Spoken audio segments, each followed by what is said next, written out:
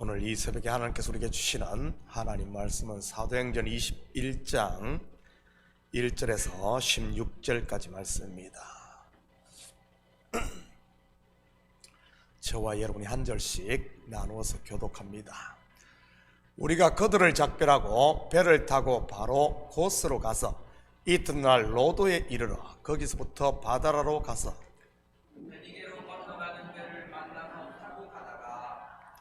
구브로를 바라보고 이를 왼편에 두고 수리아로 항해하여 두로에서 상륙하니 거기서 배의 짐을 풀려 함이러라.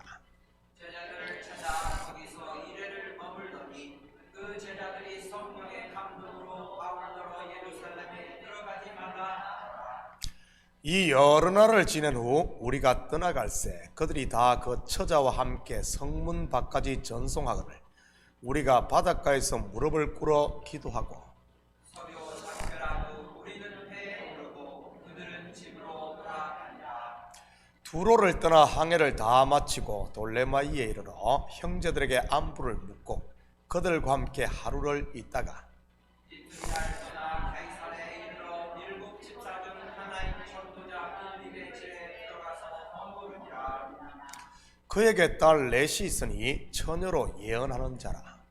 여러 날 머물러 있더니 아가보라 하는 한 선지자가 그대로부터 내려와 우리에게 와서 바울의 띠를 가져다가 자기 수족을 잡아매고 말하기를 성령이 말씀하시되 예루살렘에서 유대인들이 이같이 이 띠 임자를 결박하여 이방인의 손에 넘겨주리라 하거늘 우리가 그 말을 듣고 그곳 사람들과 더불어 바울에게 예루살렘으로 올라가지 말라 하니 바울이 대답하되 여러분이 어찌하여 울어 내 마음을 상하게 하느냐. 나는 주 예수의 이름을 위하여 결박당할 뿐 아니라 예루살렘에서 죽을 것도 각오하였노라 하니 그가 권함을 받지 아니함으로 우리가 주의 뜻대로 이루어지이다 하고 그쳤노라.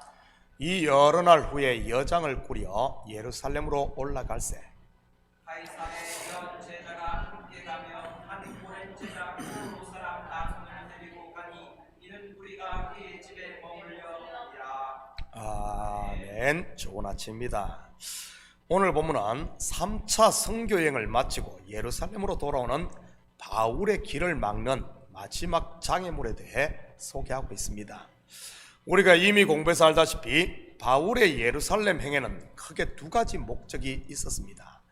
첫째는 마게도냐 교회로부터 받은 연보를 전달하는 일이요, 둘째는 아시아와 마게도냐 선교를 마치고 로마로 향하는 것이었습니다.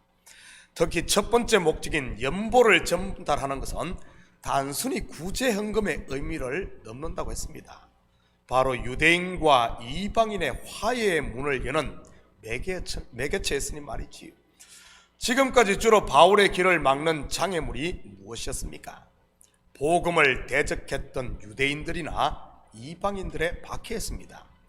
그런데 오늘은 정반대의 장애물도 있음을 보게 됩니다. 그것이 무엇인지 본문을 통해 공부해 보도록 하겠습니다. 4절입니다. 제자들을 찾아 거기서 이래를 머물더니 그 제자들이 성령의 감동으로 바울들을 예루살렘에 들어가지 말라 하더라. 여기서 거기는 두로입니다. 요즘으로 하면 레바논인 것이지요. 당시 두로는 동서를 잇는 가장 큰 무역항 중에 하나였습니다. 여기까지 바울은 큰 배를 타고 장거리 항해를 해 도착했지요. 그리고 배가 물건을 내리고 싣는 동안 이래를 머물 수 있었고요. 그래서 그곳에 있는 제자들을 찾아 같이 머물며 말씀을 전하게 됩니다. 그런데 그곳에 있는 제자들이 예루살렘으로 향하는 바울의 길을 막습니다. 왜냐하면 성령의 감동으로 예루살렘의 위협과 결박이 있음을 알았기 때문에 말이지요. 그렇다면 바울은 이러한 사실을 몰랐을까요? 아닙니다. 바울 또한 성령의 감동으로 이 사실을 알고 있었습니다. 그렇지만 유대인과 이방인의 화해를 위해 그리고 로마의 복음을 전하기 위해서는 반드시 넘어야 할 산인 것도 또한 알고 있었고요. 그러기에 위협과 결박이 기다리고 있음에도 그 길을 굳이 갔던 것이지요. 그렇다면 예루살렘에 올라가지 말기를 청했던 제자들의 마음은 어떤 것이었겠습니까? 분명 바울에게 고난이 있을 것을 알려준 것은 성령이었는데 말이지. 바로 바울을 향한 그들의 마음, 곧 애정이었던 것입니다. 물론 인간적인 사랑이라고 말할 수도 있는 것이고요. 비슷한 경우를 십자가의 길을 향해 가는 예수 그리스도의 길을 막았던 베드로에게서도 찾아볼 수 있는 것이지요. 그 장면을 한번 볼까요? 마태복음 16장 21절 22절입니다. 이때로부터 예수 그리스도께서 자기가 예루살렘에 올라가 장로들과 대제사장들과 서기관들에게 많은 고난을 받고 죽임을 당하고 제3일에 살아나야 할 것을 제자들에게 비로소 나타내시니 베드로가 예수를 붙들고 항변하여 이르되 주여 그리 마옵소서 이 일이 결코 죽게 미치지 아니하리이다. 여러분, 이 시점이 언제입니까? 바로 베드로가 주는 그리스도시요 살아계신 하나님의 아들이라고 신앙 고백을 했던 때입니다. 그때 예수님께서는 베드로의 이런 신앙 고백이 스스로 깨달아서 나온 것이 아닌 하늘에 계신 아버지께서 알게 해주셔서 했다고 말씀을 하셨고요. 오늘 본문으로 말하면 성령의 감동을 했다는 말과도 같은 것이지. 여기서 구원을 향한 예수 그리스도의 십자가의 길을 막는 베드로의 행동도 스승을 향한 그의 열심 또는 인간적인 의리에서 나왔다는 말이지.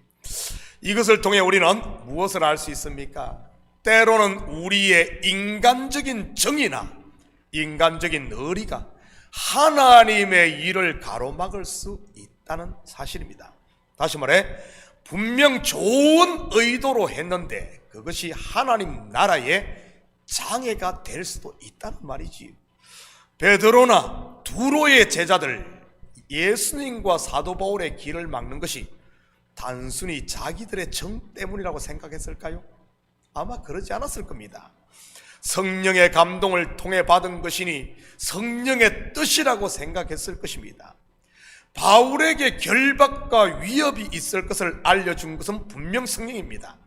그런데 그 고난을 피하기 위해 예루살렘으로 올라가지 말라고 막는 그들의 행동은요, 글쎄요시다. 물론 바울 또한 위협과 결박이 있는 줄 알면서도 예루살렘으로 향했습니다. 성령의 인도하심을 따라 말이지. 그렇다면 무엇이 맞고 무엇이 틀린 것입니까? 답을 말하자면 둘 다 맞는 겁니다. 그렇다면 이럴 때 취해야 할 성도의 올바른 자세가 무엇인지 볼까요? 5절과 6절입니다. 이 여러 날을 지난 후 우리가 떠나갈새 그들이 다 그 처자와 함께 성문 밖까지 전송하거늘 우리가 바닷가에서 무릎을 꿇고 기도하고 서로 작별한 후 우리는 배에 오르고 그들은 집으로 돌아가니라. 뭐죠? Let it be. 바로 성령께 맡기는 것입니다. 무릎을 꿇고 기도하고 바울은 예루살렘으로 향하고 그 길을 계속 막은 것이 아니라 바울은 예루살렘으로 향하고 그들은 집으로 돌아가는 것 말이지. 네가 맞니 내가 맞니 싸우지 않고 말이지. 그런데 우리는 어떻습니까? 나는 맞고 너는 틀리다고 정죄하려고 하지는 않습니까? 사실 베드로가 그랬던 것이고요. 이 일이 결코 죽게 미치지 아니하리라. 결코, 영어로는 never, 절대 안 된다는 말입니다. 다시 말해 하나님보다 자기가 앞선 것이지.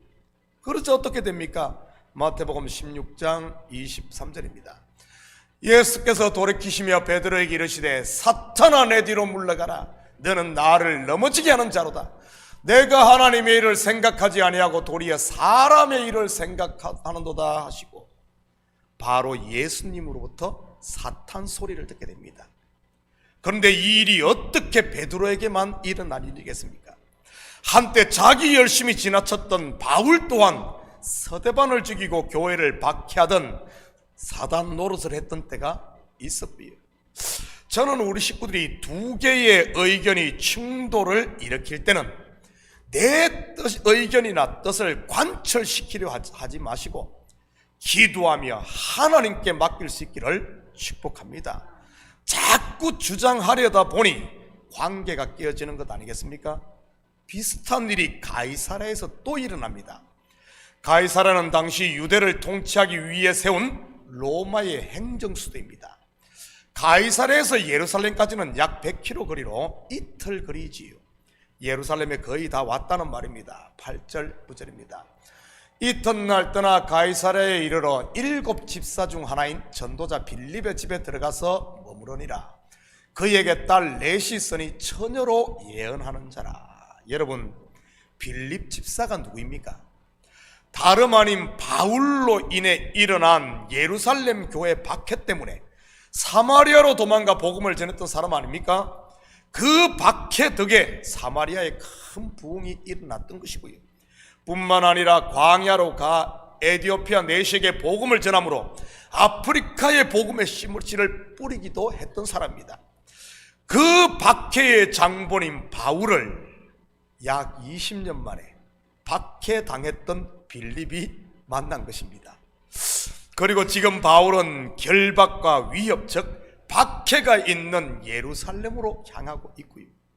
참으로 묘한 만남 아니겠습니까?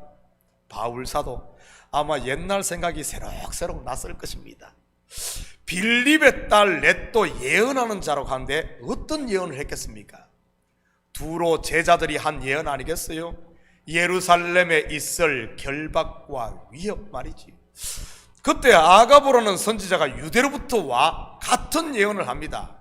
이번에는 말로만 하는 것이 아니라 바울의 띠를 가지고 직접 시범까지 보여주면서 말이지요. 12절입니다. 우리가 그 말을 듣고 그곳 사람들과 더불어 바울에게 예루살렘으로 올라가지 말라 권하니.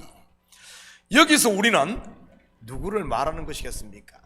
바울과 함께 3차 전도행을 하고 있는 누가와 디모데뿐만 아니라 사도행전 20장 4절에 나오는 베레아 사람 부로의 아들 소바도와 데살로니가 사람 아리스다고와 세군도와 더베 사람 가이오 그리고 두기고와 드로비오메입니다. 물론 이들 중 일부는 마게도냐 교회에 마게도냐 교회가 모은 연보를 예루살렘 교회에 전하는 임무를 맡은 사람들이고요. 이제는 이들과 함께 그곳 사람들 곧 빌립 집사와 그의 딸들 그리고 아가보 선지자까지 합세해서 바울의 길을 막습니다. 13절 14절입니다. 바울이 대답하되 여러분이 어찌하여 울어 내 마음을 상하게 하느냐. 나는 주 예수의 이름을 위하여 결박당할 뿐 아니라 예루살렘에서 죽을 것도 각오하였노라 하니 그가 권함을 받지 아니하므로 우리가 주의 뜻대로 이루어지다 하고 그쳤노라. 어찌하여 울어 내 마음을 상하게 하느냐. 여기서 마음을 상하게 한다는 말은 헬라 원어로 보면 마음을 약하게 한다는 뜻입니다. 무엇이 바울의 마음을 약하게 합니까? 울어, 바로 눈물입니다. 물론 이 눈물 또한 바울을 향한 인간적인 사랑 곧 애정에서 나온 것이고요. 지금 누가 바울의 길을 막고 있습니까? 다름 아닌 자기와 함께하는 선교팀입니다. 그때 바울의 태도가 무엇입니까? 나는 주 예수의 이름을 위하여 결박당할 뿐 아니라 예루살렘에서 죽을 것도 각오하였노라. 뭐죠? 죽으면 죽으리라 결단입니다. 결국 하나님의 뜻을 이루는 마지막 관문은 결단이라는 말이지요. 내려놓음과 순종 말입니다. 그의 길을 막던 사람들 그의 결단 앞에 어떻게 합니까? Let it be, 영어로 let it be, 주의 뜻대로 이루어지다 하고 그쳤노라. 그쳤다는 말은 이 또한 내려놓았다는 말입니다. 바로 하나님께 맡긴 것이지. 하나님의 이들은 하나님의 살아계심을 분명 믿었기 때문에 하나님의 뜻대로 가장 좋은 길로 인도할 것을 알았다는 말입니다. 결국 예루살렘에 들어간 바울 어떻게 됩니까? 두로에 있는 제자들의 예언대로 아가보와 빌립의 딸들의 예언대로 예루살렘에서 결박당하고 고난당합니다. 그들의 예언이 성취되었지요. 그런데 그것이 끝일까요? 아닙니다. 바로 바울이 소원했던 대로 예루살렘 교회에 연보를 전달함으로 유대인과 이방인의 화해를 이뤘을 뿐만 아니라 꿈에도 그리던 로마행이 이루어집니다. 성령의 인도하심을 따라 말이지. 둘 다 맞았던 것입니다. 그리고 이방인의 사도로 쓰시고 사시는 하나님의 뜻도 이루어지고요. 어떻게 할 때? Let it be. 모든 것을 하나님께 온전히 맡길 때 말입니다. 사랑하는 성도 여러분, 오늘 하루도 내가 보는 것, 내가 아는 것이 전부라는 생각을 벗고 이제는 하나님께 모든 것을 맡기는 이런 성숙한 믿음을 가짐으로 서로를 향한 하나님의 뜻, 본교회를 향한 하나님의 뜻이 이루어지기를 기다리며 기도하는 저와 여러분이 되시기를 예수님의 이름으로 축복합니다. 같이 기도하십시다. 사랑의 아버지 하나님, 참으로 감사를 드립니다. 우리는 아버지 하나님 아직 연약하여 내가 아는 것이 전부인 양 그것을 관철시키고자 아버지 하나님 때로는 하나님의 길을 막고 있지는 않은지 우리 자신을 돌아보게 하시고 우리에게 큰 믿음 주셔서 아버지 하나님 모든 것을 주님께 맡길 수 있는 아버지 하나님 사탄이 되는 것이 아니라 주님께 맡길 수 있는, 그래야 하나님의 뜻이 이루어지고 합력하여 선을 이루는 이런 아름다운 역사가 있게 도와주시옵소서. 감사드리며 예수님의 이름으로 기도드립니다. 아멘.